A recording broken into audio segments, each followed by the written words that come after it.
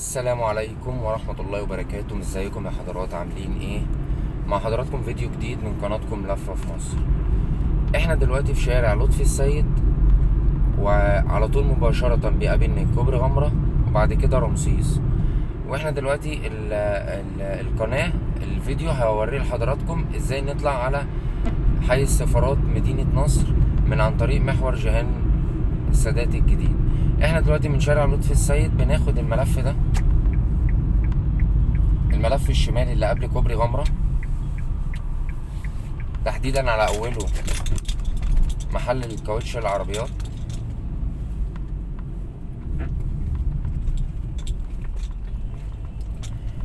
بيقابلنا حضرات الطريق المعاكس الموازي ليه اللي جايبنا من رمسيس ومن تحت كوبري غمرة.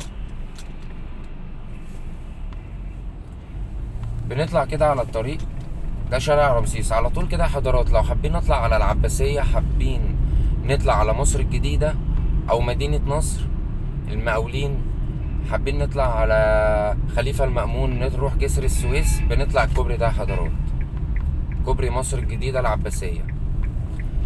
الكوبري بقى الجديد التاني محور جهان السادات مع كوبري احمد سعيد، بجد قد ايه قصر المسافات. يعني انا دلوقتي عايز اروح مثلا الحديقة الدولية عباس العقاد، عايز اروح عايز اروح الحي العاشر في مدينة نصر، عايز اروح اماكن كتير، عايز اطلع بعيد عن زحمة العباسية واطلع بعيد عن الزحمة بتاعت الطريق ده قدام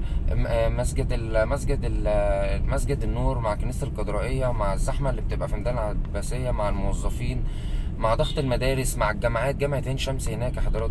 فهناك بيبقى زحمة كبيرة جدا. احنا دلوقتي هنا خدنا يمين، لو عايزين نخش حدائق القبة بنخش شمال. يمين كده يا حضرات بيقابلنا الطريق اللي بيطلعنا على كوبري احمد سعيد اللي بدورين يا حضرات، اللي هو اتعمل جديد. الكوبري ده في منتهى الجمال، في منتهى الروعة، قصر المسافة. هو في شارع صغير لكن اتعمل بطريقة ممتازة جدا، ما تضيقش الشارع ولا تضيق الحركة، وفي نفس الوقت تقصر المسافة والوقت بطريقة ممتازة جدا. بيقول لكم يا حضرات عايزين نطلع على مدينة نصر صلاح سالم الاوتوستراد، بنكمل على طول مع حضراتكم زي ما حضراتكم شايفين كده. حابين من تحت الكوبري ننزل ميدان الجيش، باب الشعرية، حابين نروح مستشفى الجوي اللي في احمد سعيد من تحت الكوبري. احنا هنا كده حضرات على كوبري احمد سعيد اللي بدورين.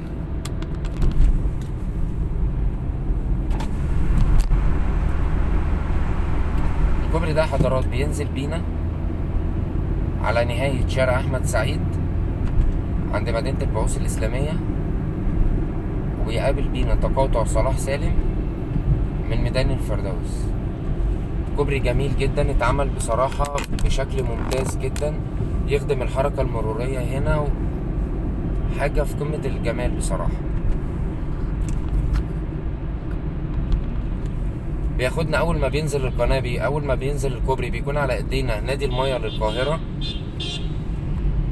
نخش يمين الأزهر الجمالية شارع صلاح سالم، بنكمل كده على طول يا حضرات. بنطلع على يميننا دلوقتي مدينة البعوث الإسلامية،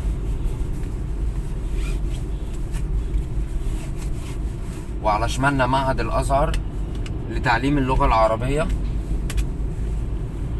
وبكده يا حضرات بيقابلنا قدام حضراتكم تقاطع صلاح سالم مع أحمد سعيد.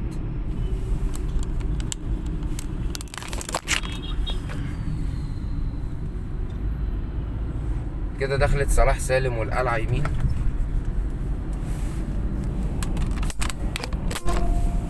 وبكده يا حضرات احنا مكملين الطريق مع حضراتكم ازاي نطلع على محور جهان. وانتوا معايا كده يا حضرات عشان الحتة دي في ناس كتير بتتلخبط فيها. احنا دلوقتي عايزين نطلع على محور جهان. اول دخلة شمال بترجعنا تاني على شارع احمد سعيد ومصر الجديدة. تاني دخلة هي اللي بتودينا على القاهرة الجديدة، محور المشير، محور جهان الاوتوستراد. حابين نطلع على منشية ناصر ايد بيك على طول كده يا حضرات. فاحنا كده دخلنا شمال، اول ما بنلاقي القبة دي في وشنا كده نعرف ان احنا تمام كده صح. مصر بتحتفظ بالحاجات الاثرية الجميلة بتاعتها، وفي نفس الوقت الطرق بيبقى فيها تطوير، وبيحاولوا على قد ما يقدروا انه يحتفظوا بالحاجات الحلوة الأثرية اللي ليها تاريخ كبير جدا في بلدنا. هنا السرعة 60، محور جيهان هيقابلنا دلوقتي في وشكم يا حضرات. من تحت الكوبري لو عايز اطلع على المعادي والقلعة الاستراد، فوق الكوبري كده محور جيهان.